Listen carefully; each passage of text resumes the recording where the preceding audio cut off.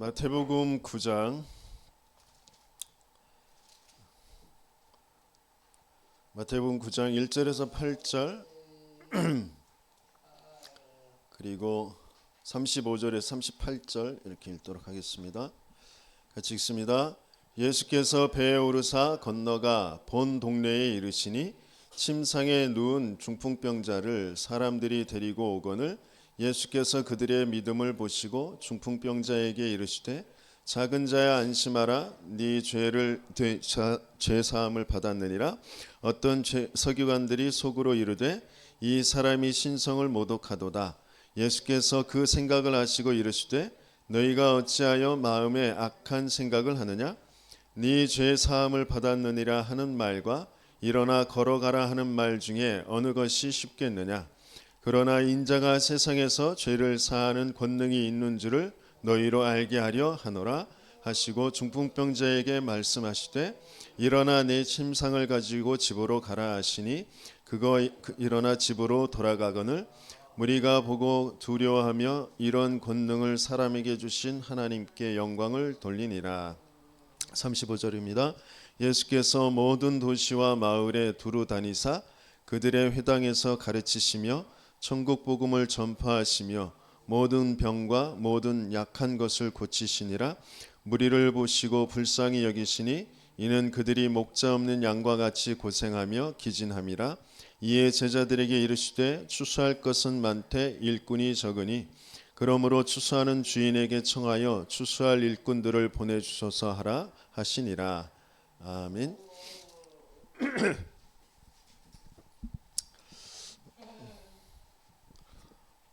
하나님께서는 저와 여러분들을 가문과 지역과 나라, 시대, 미래를 살릴 제자들로 부르신 줄 믿습니다.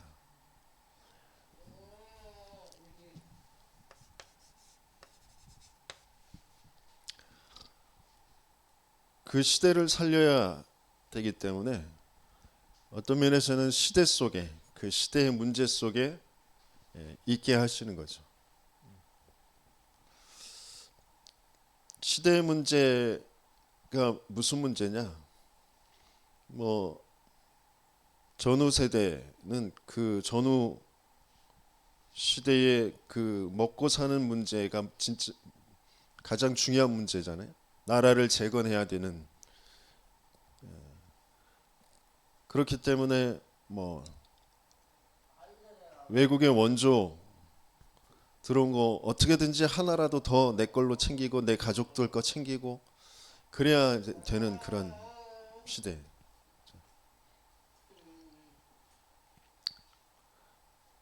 그리고 우리가 욕하지만 일제시대에 친일파라고 욕을 하는데 물론 나라를 악착같이 자기 유익 그것 때문에 팔아먹는 그런 일을 한 사람들은 당연히 욕을 먹어야 되겠지만 일제 밑에서 어떻게든지 자기 가족 챙기고 살아가야 했던 그런 모든 사람들, 그 사람들의 생각과 마음, 또 산업화 시대, 또 조금 더 발전해서 좀 더 우리나라가 세계에 수출하게 되어지고 좀 많은 것들이 발전되어진 조금 더 안정되어진 그런 이제 시대를 살아가는. 그다음에 지금 세계 한류의 그 열풍이 불게 되어지고 미디어 시대에 지금에 사는 사람들의 그런 모든 생각과 그 관심들이 다 조금씩 다르겠죠. 그런데 아무리 그걸 추구하고 그것을 이루고 또 그것을 못 이루어서 그것이 상처가 되어져 있고 그것 때문에 일평생 그것 때문에 생각과 마음이 잡히고 그래서 결국 이제 괜찮은 것 같다가 나중에 나이 들어서 병들어서 드러나게 되어지는 치매가 온다거나 여러 가지 어려움들 속에서 그런 것들이 이제 자꾸 드러나게 되어지잖아요. 그런데 진짜 실제 문제가 무슨 문제인지 성경에서만 말씀하시고 계시거든요. 지금 1절에서 8절까지 보이는데 진짜 이 현장의 문제가 무슨 문제냐. 저와 여러분들이 살고 있는 현장, 또 저와 여러분들의 문제가 진짜 무슨 문제냐.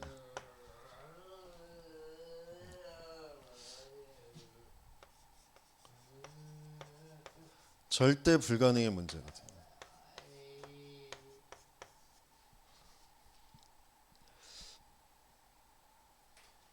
오늘 예수님께서 계속 문둥병자, 열병, 귀신 들린 자 이 사람들을 계속 고쳐주셨는데요.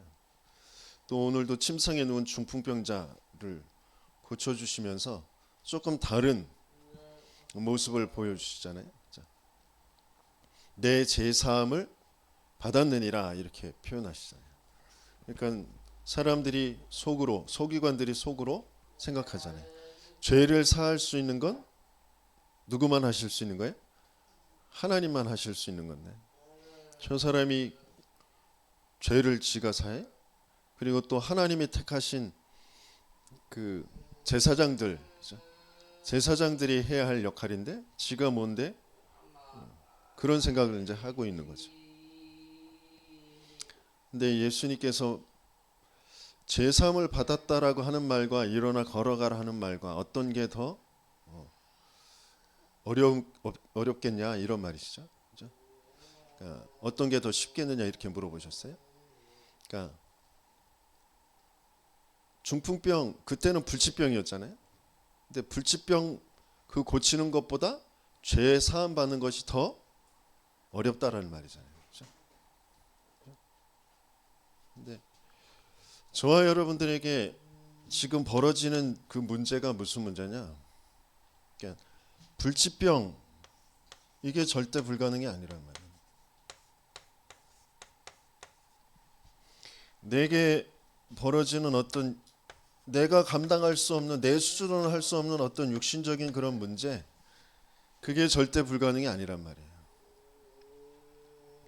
물론 이것도 우리가 감당할 수가 없어요. 그럴 힘도 없어요.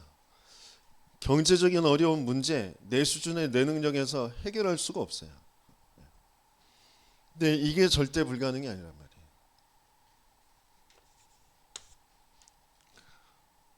뭔가 정신의 마음의 그런 고통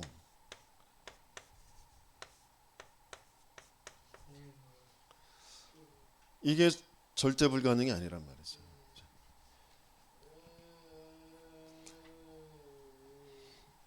종교는 이걸 바꾸려고 한단 말이죠. 그렇죠? 이걸 고치겠다고 하는 게 종교예요.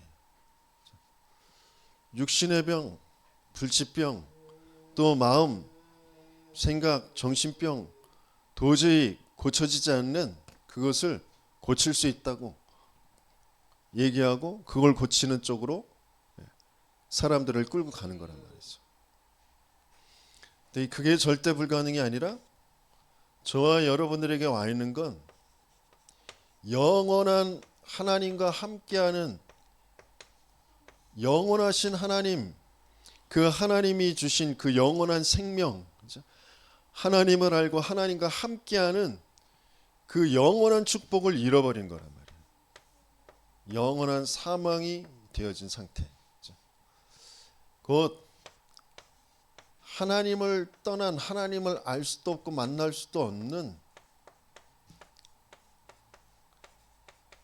그 상태가 절대 불가능이란 말이죠. 우리는 영원한 존재, 영원한 생명을 가지고 있어요. 하나님 알고 하나님과 함께 할 때 영원한 생명의 그 축복이 누려지는 거죠.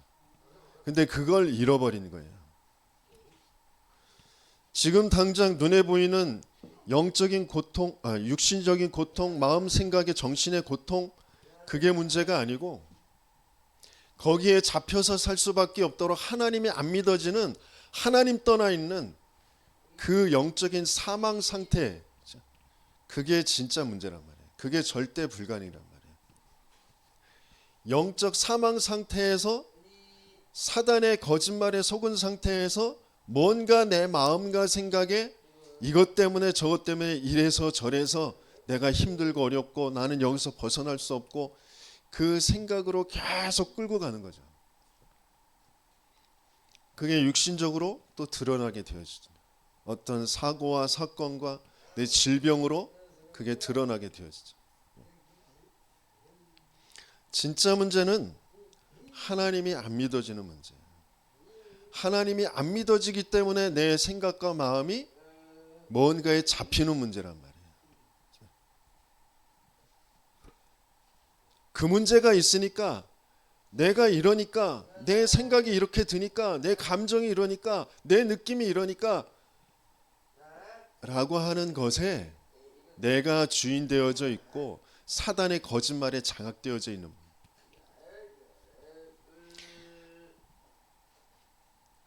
제게도 육신적으로 생각해 보면 깜깜한 많은 일들이 많은 문제들이 있어요. 이걸 어떻게 해결해야 되지? 저걸 어떻게 해결해야 되지? 이건 어떻게 해야 되지? 그걸 생각하면 답답하고 한숨 나오고 짜증나고 옛날 과거 그때 좀 더 이렇게 했었으면 이런 생각 속으로 계속 가죠. 근데 그게 진짜 요 현실에 해결할 수 없는 그런 내 수준, 내 능력에서 벗어난 일들이 내게 있기 때문에 그게 답답하고 힘들고 짜증나고 과거의 것도 끌어다가 원망 들고 그런 것이 아니라니까요. 하나님이 안 믿어지니까 하나님이 나야 영원한 생명, 영원한 하나님의 계획 속에 하나님이 나를 이 시대에 보내놓고 그런 과정을 거치시면서 하나님이 하실 일이 분명히 있다라는 게 안 믿어지니까 내 생각에 잡히는 거죠. 내 느낌에 잡히는 거죠. 내가 맞다고 여기는 내 이론에 경험에 잡히는 거죠. 그게 사단에 속여 있는 나, 사단에 속아 있었던 나의 경험, 사단에 속아 있었던 나의 지식, 사단에 속아 있었던 나의 감정이라는 거, 그게 인정이 안 되는 거죠. 그리스도 말고 더 큰 나의 생각은 다 우상이다, 이렇게 표현하셨어요.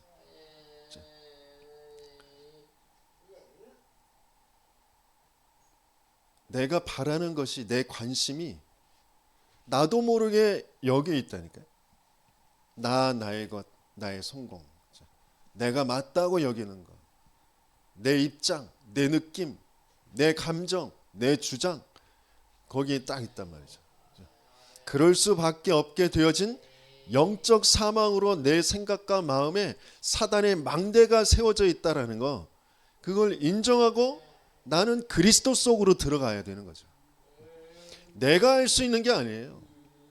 내가 올바로 생각하고 그래 잘 생각하고 내가 똑똑하게 생각하고 훌륭하게 생각하고 내가 믿음의 생각을 하고 내가 잘 견디고 이끌어 나가자. 아니에요. 내가 할 수 없기 때문에 하나님이 우리에게 절대 가능의 길을 열어주시는 거잖아요. 우리가 하는 게 아니라 하나님만 하실 수 있는 절대 가능해야 돼요. 절대라는 건 우리 수준에 할 수 있는 게 아니에요. 하나님만 하실 수 있는 거잖아요. 영적 문제라니까요. 근본의 문제, 사망, 신분의 문제라니까요. 그래서 하나님께서 우리에게 오셔서 알게 하시는 게 내가 하나님 떠난 인생이구나. 이걸 알게 하시죠. 죄도 알지 못하고 그 죄에 빠져서 저주와 재앙이 계속 오는 인생이구나. 저주와 재앙 속에 있는 인생이구나. 죄의 삭은 사망이라고 하셨잖아요. 그렇죠? 그래서 사탄에 속아서 종로로 탈 수밖에 없는 인생이구나. 하나님이 그걸 알게 하시고요. 거짓으로 속여 우리를 종노릇하게 하는 그 사탄, 그것을 끝낼 수 있는 참 진리이신 말씀이 찾아오셔서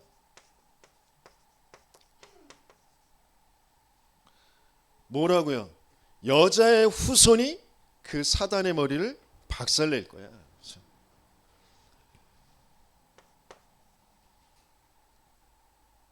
참 진리이신 그 말씀이 육신을 입고 이 땅에 오셔서 대신 죽어주심으로 죄를 사할 권능,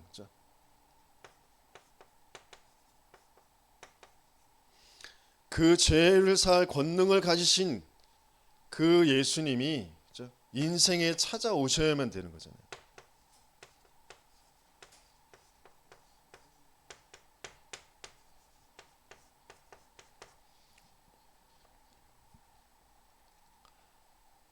말씀이신 그 하나님이 참 진리, 그 참 진리의 그 말씀이신 그 하나님이 죄 사함 권능을 가지시고 인생에 찾아오셨단 말이에요. 그 예수가 아니면 안 된단 말이죠. 그리스도이신 예수가 아니면 우리의 인생은 해석되지도 않고 해결되지도 않아요. 그래서 하나님이 이 일을 약속하셨고 그대로 보여주시는 거, 성취시키시는 거죠.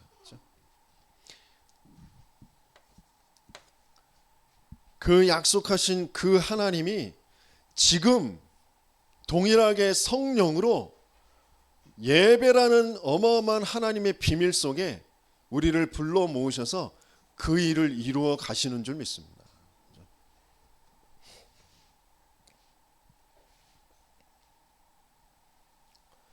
정말 왜 그리스도여야 되는지,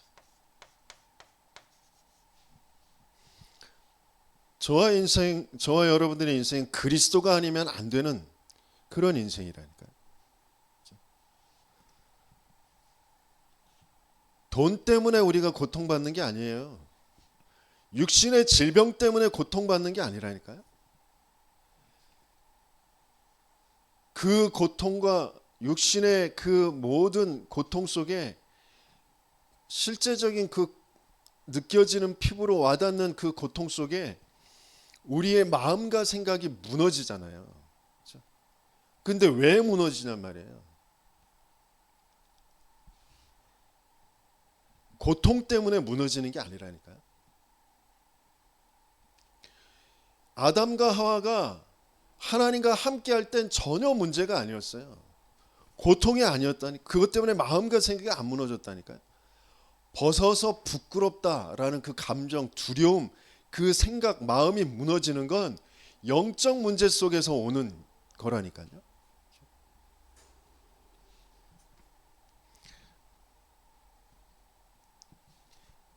제가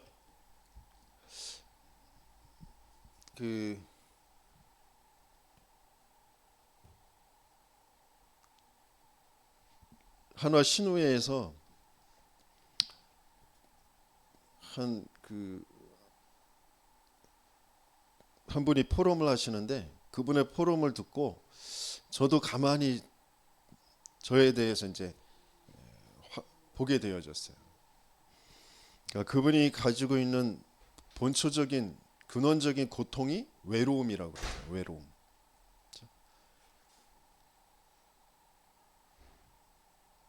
그 외로움이 자기에게 그 고통이었고 항상 그 외로움 때문에 힘들어했었는데 신앙생활 하면서도 자기 혼자 그 메마른 땅에, 거친 땅에, 사막과 같은 땅에 홀로 걸어가고 있는 그런 느낌이 많았었는데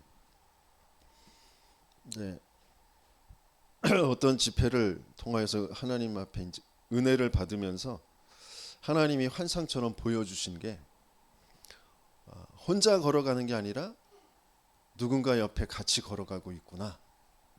근데 그게 자기의 이제 저 앞에 걸어가고 있는 사람, 자기 이제 지도해 주는 어떤 리더들, 목사님들, 또 옆에 사람들이 점점점 보이는 거죠. 아, 우리 성도들 그러면서 저 뒤에 또 따라오는 사람들을 보니까 자기 자녀들, 후대들. 아, 이 사람들이 다 나와 함께하는 그런 동료였구나. 나 혼자가 아니었구나. 근데 더 중요한 건 내 옆에도 뭔가 또 한 사람이 또 있고 각 사람들에게 옆에 또 한 사람씩이 또 있는 거예요. 이제 자세히 봤더니 예수님이라는 거죠. 각 사람에게 예수님이 같이 함께 가고 있다. 이게 너무 이렇게 보여져서 느껴져서 참 너무 감사했다. 이렇게 이제 포럼을 하는 걸 들었어요. 그러면서 느껴지는 또 제 자신이 오래도록 가지고 있었던 것을 또 이렇게 보게 하시는 게 있어요. 그 외로움이 진짜 문제가 아니에요. 근데 저도 그런 게 있었어요. 외로움. 그러니까 외로움을 싫어하니까, 외롭지 않고 싶으니까 사람들이 나를, 그러니까 나와 함께 해 줘야 되잖아요. 나를 좋아해 줘야 되잖아요. 그러니까 내가 그 사람들에게 뭔가 인정받는 거, 그 사람들이 인정할 만한 뭔가를 가지고 있는 거, 그게 나에게 이제 능력이라고 생각하는 거죠.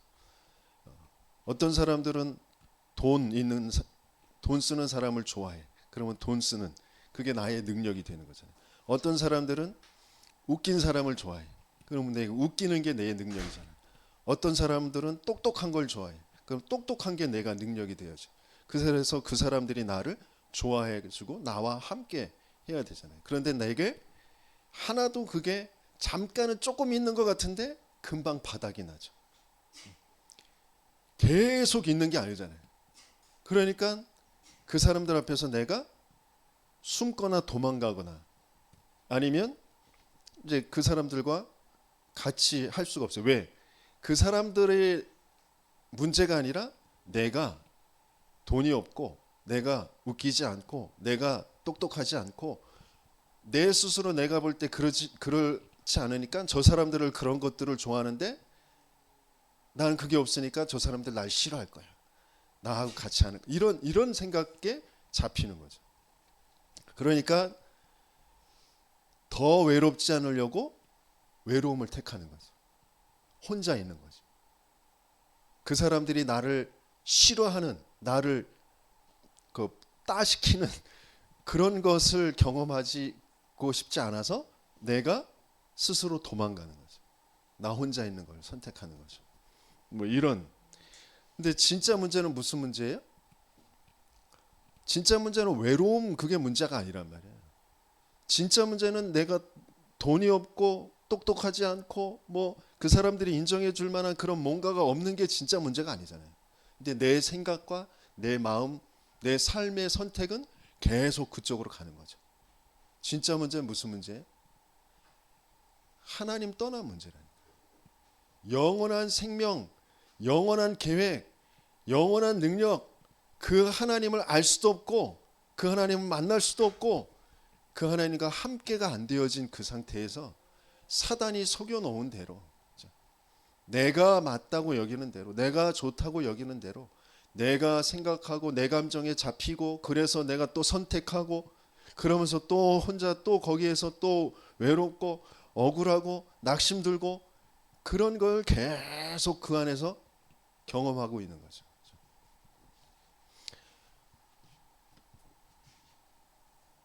왜 그리스도가 아니면 안 되느냐?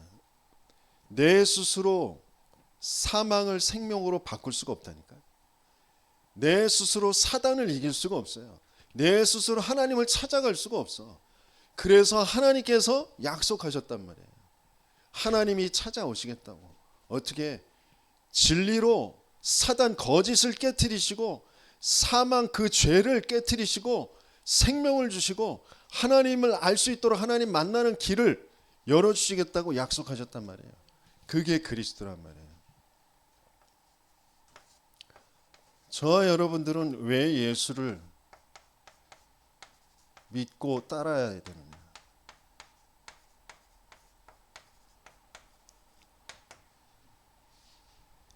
왜 예수를 따라갑니까? 왜 예수를 믿습니까? 불가능이라고 여기는 그 육신의 문제를 해결하려고, 불가능이라고 여기는 정신과 마음 좀 더 평안해지려고, 내 마음 생각을 고쳐먹으려고. 근데 진짜 문제는 이 문제예요. 예수를 믿으면서 신앙생활 하면서 이걸 계속 관심 갖고 이걸 쫓아서 살아가다 보면 계속 한계가 오고요. 자기도 모르게 낙심. 표현은 하지 않는데 뭔가 자꾸 불만과 뭔가 억울함과 나는 이렇게 하는데 내가 이렇게 했는데 이런 생각에 자꾸 잡힙니다. 우리는 죽었다니까요. 죽었던 우리에게 생명을 주셨다니까요. 그런데 나를 자꾸 주장하고 내 입장을 자꾸 얘기할 수밖에 없는 거, 내 관심이 여기 있는 거라니까요. 내가 교회에 이렇게 헌신했고, 내가 이렇게 열심히 예배 드렸고, 내가 이렇게 훈련 받았고, 그런데 왜 나한테 이게 안 돼? 왜 나한테 이게 응답을 안 와? 그런 생각을 계속 갖는 거죠. 우리의 인생은 그리스도가 필요해요. 그래서 하나님은 그리스도로 우리에게 오셨어. 그걸로 끝이잖아요. 그걸로 다잖아요. 그게 전부예요. 그런데 나는 내 관심이 여기. 그러니까 거기에 자꾸 끌려가죠.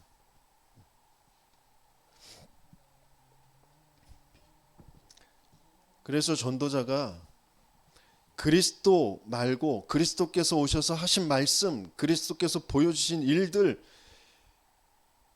그것 아니면 그것 말고 나머지 것은 다 우상 숭배다, 이렇게 표현하시잖아요.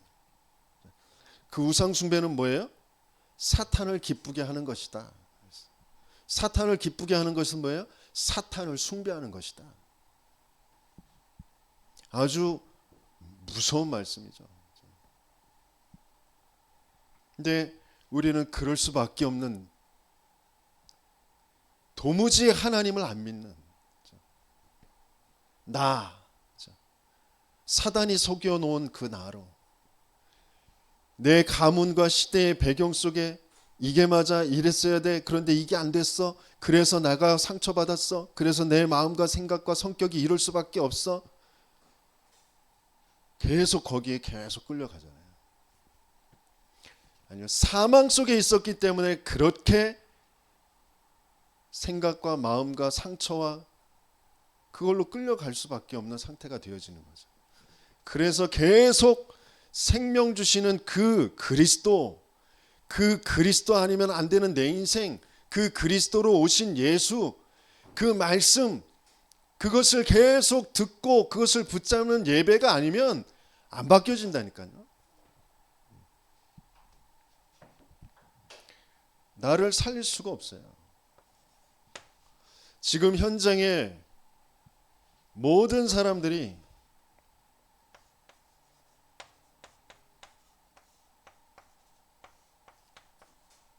절대 불가능에 있는 사람들이고요. 그래서 그 사람들에게 절대 가능의 그리스도, 그 그리스도로 오신 예수님의 그 복음이, 그 말씀이 필요하단 말이죠. 근데 그것만 볼 수 없어요. 왜? 내 관심은 나의 것, 나의 성공에 있으니까. 사단이 그렇게 나를 속여놨어요. 그래서 이 모든 사람이 있는 현장에 뭐가 없냐면 이 복음을 전달해 줄 전도자가 없어요. 하나님은 이 전도자를 세우시려고 하세요. 저와 여러분들을 그 전도자로 지금 부르시고 인도에 가시고 계신 줄 믿습니다. 전도자로 치유받고 세워져야 될 이 성도의 관심이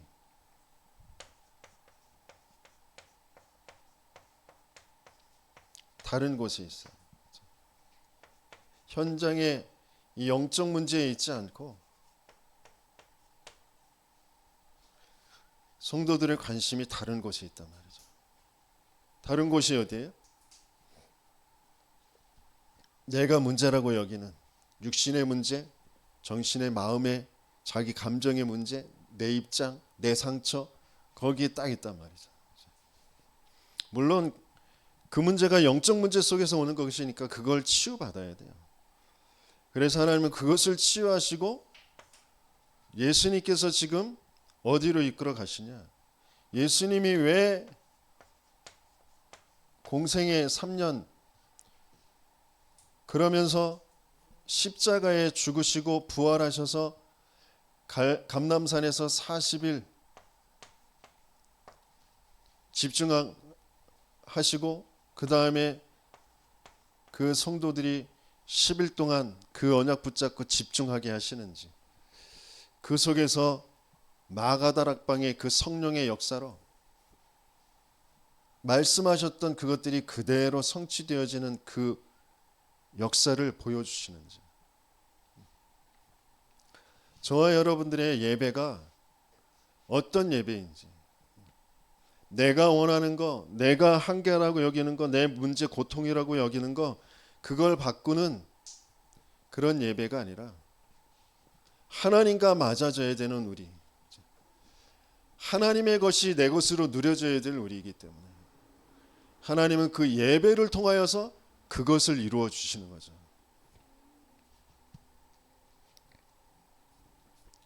그래서 뭐가 성취되어져요? 부활하셔서 주셨던 그 말씀들. 모든 족속으로 너희는 가서 제자를 삼아라. 너희는 모든 족속으로 가서 제자를 삼아라. 아버지와 아들과 성령의 이름으로 세례를 주고 내가 너희에게 분반 모든 것을 가르쳐 지키게 하라. 온 천하에 다니며 만민에게 복음을 전파하라. 내 어린 양을 먹이라. 내 어린 양을 치라. 예루살렘과 온 유대와 사마리아와 땅끝까지 이르러 내 증인이 되리라. 그 말씀이 성취되어지는, 하나님은 분명히 그곳으로 저와 여러분들을 인도해 가실 줄 믿습니다. 그래서 저와 여러분들이 있는 그 현장에 저와 여러분들이 전도 제자로 현장을 살릴 영적인 사령관으로 세워져야 될 줄 믿습니다. 저와 여러분들의 인생이 아니면 안 되는 그 대상자들을 하나님께서는 예비해 두셨어요.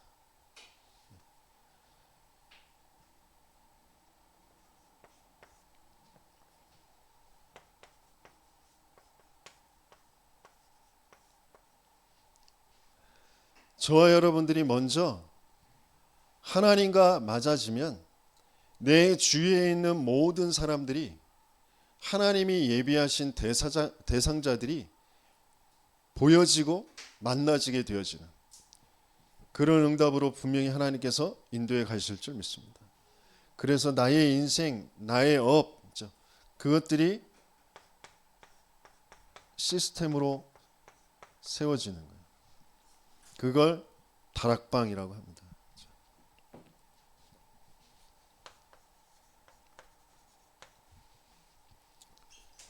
그래서 제자를 예수님께서 부르시죠. 저와 여러분들이 내가 원하는 거 뭔가 이루려고 나왔다면 할 수 없겠죠. 그런데 하나님이 저와 여러분들을 부르셨다면 반드시 하나님은 이 일을 이루어 가실 줄 믿습니다. 마태복음 4장에 제자 부르셨는데 베드로라 하는 시몬과 그의 형제 안드레 이렇게 표현되어 있거든요. 그런데 순서를 보면 가장 먼저 안드레가 예수님께서 부르셨어요. 안드레를 예수님께서 먼저 부르셨는데 그 안드레가 이제 자기 형제 베드로, 그러니까 그때는 이제 시몬이었죠. 시몬을 인도하는데 시몬에 대해서 예수님께서 장차 베드로라, 게바라 할 것이다 이렇게 표현하셨어요. 그러니까 안드레라는 사람은 굉장히 예수님에게 예수님이 그리스도라는 것을 이제 알게 되어졌을 때 주변의 사람들에게 계속해서 예수가 그리스도를 내가 만났다. 그리스도가 어딨냐? 와서 봐라. 그러면서 그리스도를 계속 얘기하고 그리스도께 사람들을 계속 붙이는 그런 역할을 했어요. 또 나중에 그 오병이어의 그 기적을 예수님께서 베푸실 때에도 그 어린아이에게 있는 그 떡덩이 그것을 가지고 예수님 앞에 그 어린아이와 같이 가게 되어지는. 그래서 안드레를 그렸던 그 성화를 보면 그 옆에 그 십자가에 안드레가 이제 죽게 되어졌을 때 그 옆에 작은 소녀가 오병이어를 가지고 이렇게 서 있는 그런 그림을 같이 넣었다고 그러는데, 아무튼 안드레는 어떻게든지 주변에 있는 사람들을 계속해서 그리스도께 연결하는 그런 사람이었어요. 그러면서 베드로는 조금 더 자기의 승질 가지고 업다운이 심한 그런 사람이었어요. 그런데 예수님께서는 그와 함께 하시면서 계속 그를 치유해 가시죠. 그리고 또 마태복음 4장에 보면 세베대의 아들 야고보와 그의 형제 요한 이렇게 표현되어 있어요. 세베대가 조금 부유하게 잘 살았던 사람인 것 같아요. 그런데 이 아들들이 조금 성향들이, 그러니까 나중에 보면 이제 보아너게 우레의 아들 이렇게 표현하시거든요. 별명을 붙여 주거든요. 그러니까 굉장히 성격이 아주 다혈질적인 거죠. 그래서 참을성이 좀 모자라. 그러면서 또 자기의 그 가지고 있는 그 배경적인 그런 것들이 있으니까 조금, 그러니까 사람들을 좀 뭐라 그럴까요? 좀 우습게 여긴다? 좀 함부로 대한다? 뭐 이렇게 표현할 수도 있겠는데 그런 사람들이었어요. 그런데 이제 그 일화를 보면 이제 나중에 예수님께서 이제 십자가를 지셔야 되기 때문에 예루살렘으로 가셔서 유월절 그 절기를 지키셔야 되거든요. 그래서 이제 십자가 지시고 이제 승천하셔야 되는 그런 시간표가 가까이 왔을 때 예루살렘 가기 위해서 이제 사마리아를 통과해야 되는데 사마리아 사람들이 오지 못하게 하거든요. 그때 이 야고보와 이 요한이 우리가 하늘에서 불을 내려 가지고 저들을 다 멸할까요? 뭐 이렇게 얘기합니다. 아주 성질이 불같아. 참을성이 없어. 그러니까 예수님께서 그렇게 하지 말라고 말리셨는데, 그러니까 그런 사람들이 주님과 함께 쭉 여정을 가면서 이제 정말 예수님이 십자가에 죽으시고 부활하신 그런 사건을 체험하면서 바뀌죠. 그래서 이 요한은 나중에 이 요한복음과 그 요한 1, 2, 3서 계시록을 이제 쓰게 되어지는데 중요한, 그러니까 자기의 성격 그것을 넘어서 모든 사람에 대한 그 하나님의 사랑, 하나님은 사랑이시다. 이것을 계속 강조하죠. 그러니까 주님께서는 우리의 모든 성향과 모든 그 약점과 부족한 것들, 그런 것들을 아시면서 함께 하시면서 계속 복음을 계속 강조해 주시고 복음으로 우리의 인생이 바뀌어지도록 인도해 가시죠. 그래서 복음 아닌 것들, 그런 것들을 넘어설 수 있도록 내 성격을 고치는 게 아니라 복음 아닌 것을 복음으로 바꾸는 그 여정을 가게 하시죠. 그래서 저와 여러분들의 성격도 약점도 그것들이 모든 것들이 다 발판이 돼요. 12사도를 지금 부르시는데 마태를 지금 부르시는 그 모습 속에서도 마찬가지입니다. 세리, 그 당시에 세리는 불량배 같은 그런 이미지. 그리고 로마에서 세금을 걷어야 되는데 로마의 관리들을 보낼 수가 없으니까 유대 그 지역에 알아서 그 관리들이 세금을 거둘 수 있는 그런 권한을 받아서 로마에는 일정 부분의 그 세금만 전달하면 되잖아요. 그래서 그 중간에 그 세금을 바치는 그 액수를 자기들 마음대로 정해서 그것을 걷어서 자기 유익 취하고 또 바치는 그런 역할을 했던 사람이에요. 그래서 백성들의 입장에서는 아주 악독하고 나쁜, 뭐 우리 정서로 말하면 친일파 같은 그런 이미지를 가지고 있었던 게 세리란 말이에요. 그러니까 그 중에 이 마태를 예수님께서 찾아오셔서 이제 부르시는 거죠. 그랬더니 서기관들, 바리새인들이 왜 너희 선생은 세리와 죄인들과 함께 잡수시느냐 이런 비난을 하게 되어지는 거죠. 근데 예수님께서는 병자에게, 건강한 사람에게 의사가 쓸데없고 병자에게 쓸데있다 이렇게 표현하시잖아요. 그러니까 종교인들, 바리새인들은 끊임없이 자기의 기준에서 옳고 그름을 가지고 계속 따지죠. 근데 예수님께서는 본질적인 거, 근본적인 거, 그것을 살리는 그 복음, 그것을 계속 말씀하시고 또 그것을 실제로 보여주시는 거죠. 저와 여러분들이 뭐가 있어서 없어서, 뭐가 잘 돼서 안 돼서, 똑똑하고 안 똑똑해서, 내가 잘 선택하고 못해서, 그래서 내게 계속 고통과 어려움이 오는 그런 것이 아니라니까요. 물론 건강을 위해서 건강한 거 잘 먹고 또 건강 지키기 위해 운동도 하고 규칙적인 생활을 하고 그건 당연히 해야 되는 거겠죠. 하지만 그렇다고 해서 그게 내게 도움되게 하시는 분도 하나님이시라니까요. 하나님이 그걸 허락하시지 않으면 내가 아무리 좋은 거 먹고 아무리 좋은 활동을 하고 한다고 해서 그게 내 것이 안 되는 거잖아요. 맞아요, 틀려요? 하나님이 하셔야만 되는 일이라니까. 의술도, 좋은 의술도, 의료도 내게 되게 하시는 건 하나님이시라니까. 그 의사가 아니야, 그 약이 아니야. 그런데 우리는 자꾸 하나님을 잊어버려. 뭐가 내가 공부를 하고 열심히 하고 한 그게 내게 되게 하시는 것도 하나님이세요. 근데 왜 그게 되게 하셨냔 말이야.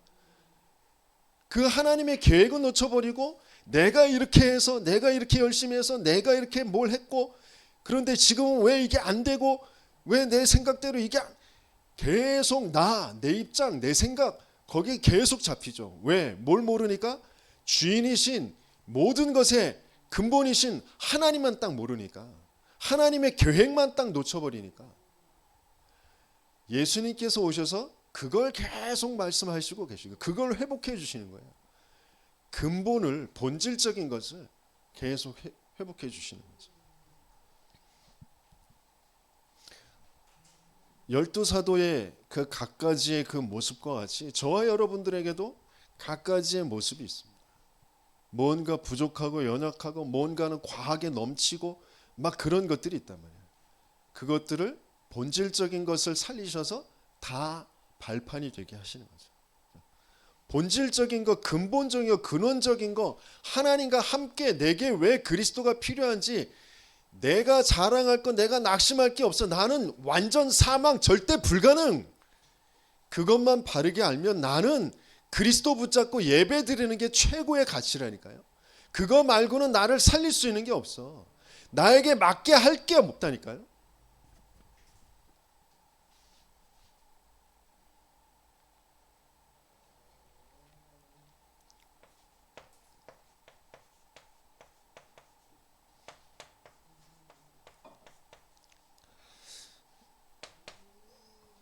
(6절에서부터) (7절까지) 보면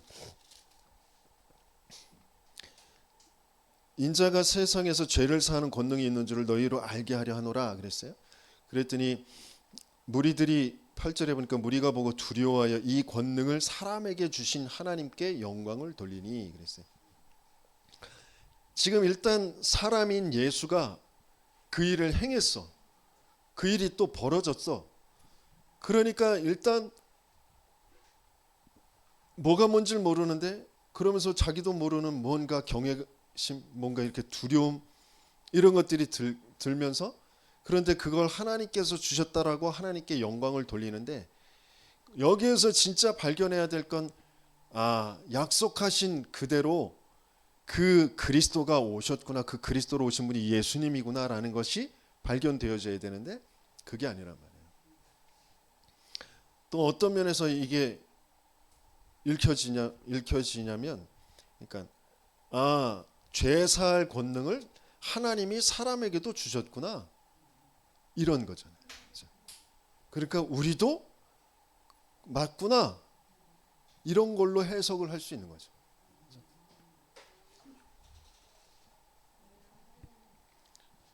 그래서 천주교에서는 뭐예요? 고해성사잖아요. 고해성사. 자신의 죄를 신부 앞에서 다 고백을 해요. 그걸 하나님이 들으시고 뭐 그걸 이제 사해 주시는. 그러니까 끊임없이 우리는 모든 말씀을 해석하는데도 또 뭔가 신앙생활을 하는 거 불신자들을 뿐만 아니라 이 성도들이 계속 나 중심, 사람 중심으로 모든 것들을 자꾸 보려고 한단 말이에요. 하나님은 사람 중심 아니고 그리스도 중심.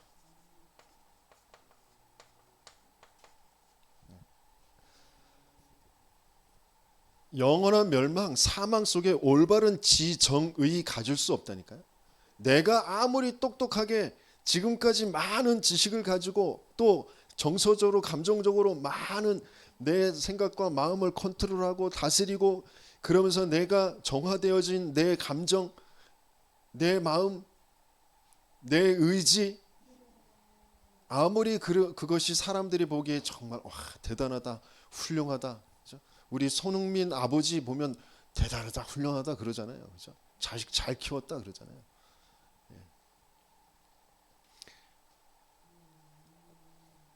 그걸로는 우리의 생명을 살릴 수 없다니까요.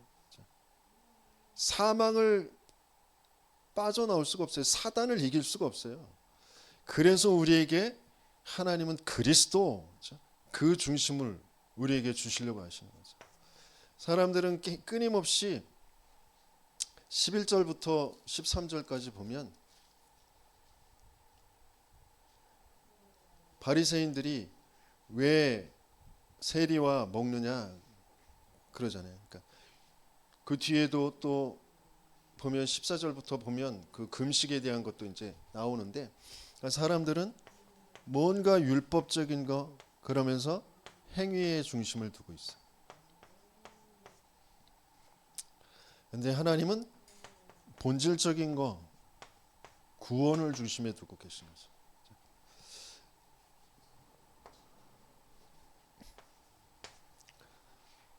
저와 여러분들에게 필요한 건 구원이에요.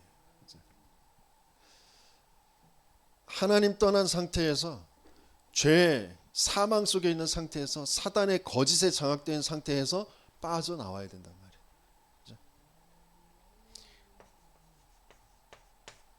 율법 행위 그 속에서도 이제 절기 중심이란 말이에요.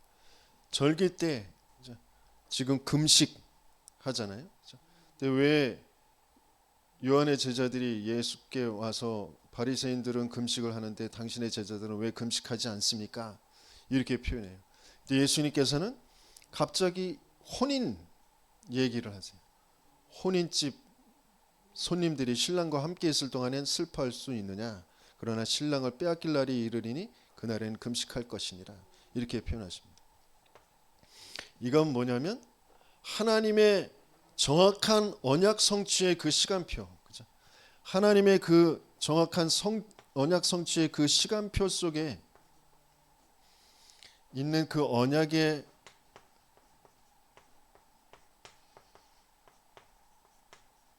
그 흐름이 중심이 되어져야 된다는 거죠. 절기가 중요한 게 아니라 그냥 행위적으로 막 절기, 그게 아니라 또 저와 여러분들이 메시지들을 쭉 듣고 훈련을 쭉 받으면서 뭔가 나도 모르게 내가 바라는 뭔가의 그 수준이 있잖아요. 이렇게 됐으면 좋겠다. 우리 교회도 이렇게 됐으면 좋겠다. 이렇게 돼야 되는데 거기에 대한 답답함, 아우 억울함, 뭐 누가 이렇게 써야 되는데 누가 저래야 되는데, 아니요. 하나님의 정확한 언약 성취, 그 시간표, 그걸 붙잡는 거예요. 그게 아니면 나도 모르게 내 의죠. 나도 모르게 내 그 관심이 하나님과 맞는 것 같은데 틀리다니까요. 왜? 내 속에 있는 탐심. 그게 우상숭배라니까요. 그리스도가 맞아지고 그리스도가 얼마만큼 성취되어지느냐, 그 시간표에 따라 하나님이 분명히 이루어 가시는 겁니다. 저와 여러분들의 인생이요, 저와 여러분들의 삶의 시간표가 왜 지금 아직도 이렇게 답답하냐? 그럴 수밖에 없는 그 여정이 있다니까요.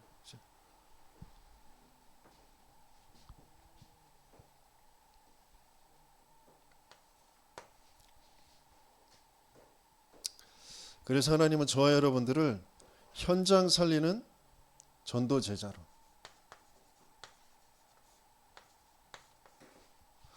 지금 인도에 가시려고 하십니다. 그래서 저와 여러분들이 정말 봐야 되는 게 뭐냐?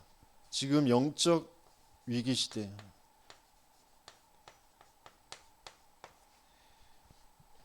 각종 모든 미디어, 모든 도서, 모든 작품들 뉴에이지 사상으로 딱 덮여 있어요. 내가 하나님처럼 되는 거야. 내가 내 생각을 바꾸고 내가 좋게 생각하고 긍정적으로 생각하고 뭔가 그런 쪽으로 다 지금 끌고 가고 있습니다. 그게 실제적으로 능력이 자꾸 나타나니까.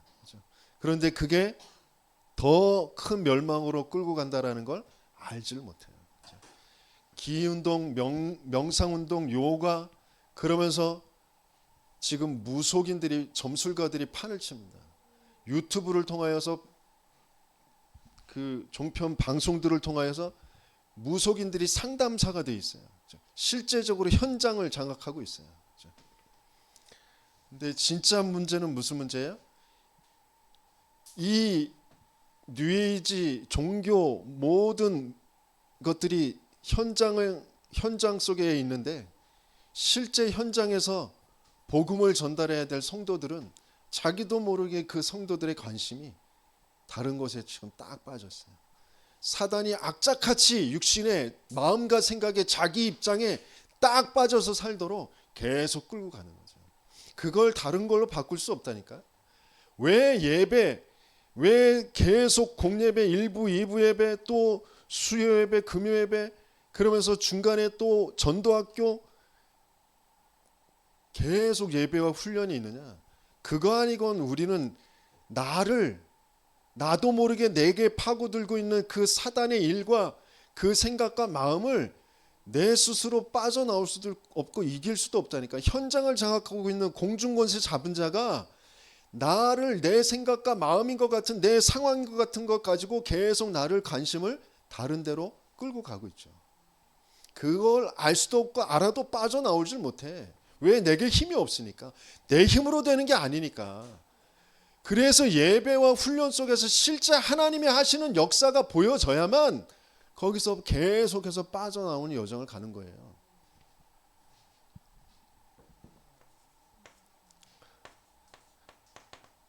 사회의 위기예요. 엘리트들이 자기도 모르게 지금 계속해서 문제 속에 시달립니다. 특별히 마음과 생각, 정신의 문제, 인간관계의 문제, 거기에서 계속 시달립니다.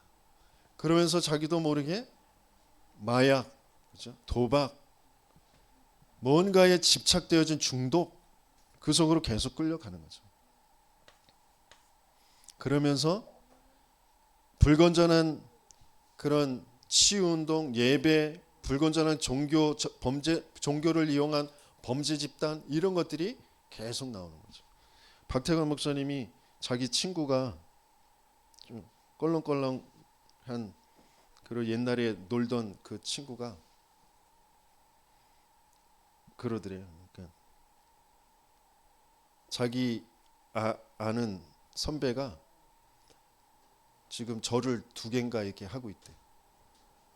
근데 그 절도 범죄, 그러니까 스님들을 이렇게 그냥 이렇게 바지 스님들이라고 해, 바지 사장처럼 스님들을 세워놓고 거기에서 걷는 들어오는 그 수입들을 그 범죄 집단, 그 깡패들이 다 갖는 거죠.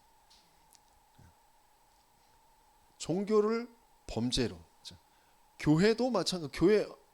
교회도 안 그런 교회 없다라고 말할 수 없잖아요. 범죄 집단이 어떻게든지 종교를 이용하는.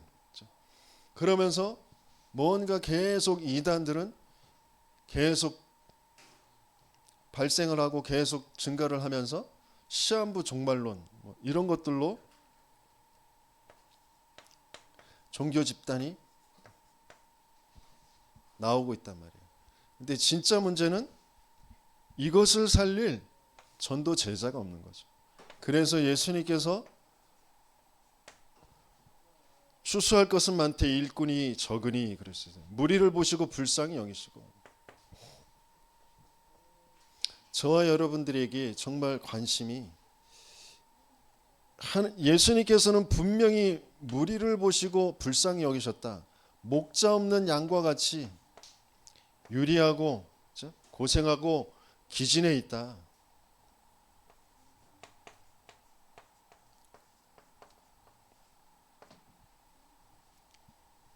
그래서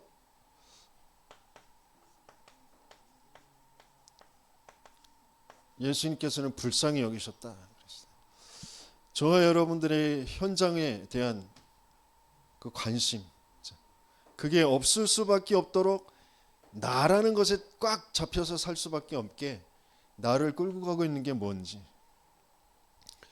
정말 제자들에게 뭘 구하라고 하셨어요? 추수할 일꾼을 구하라고 하셨죠.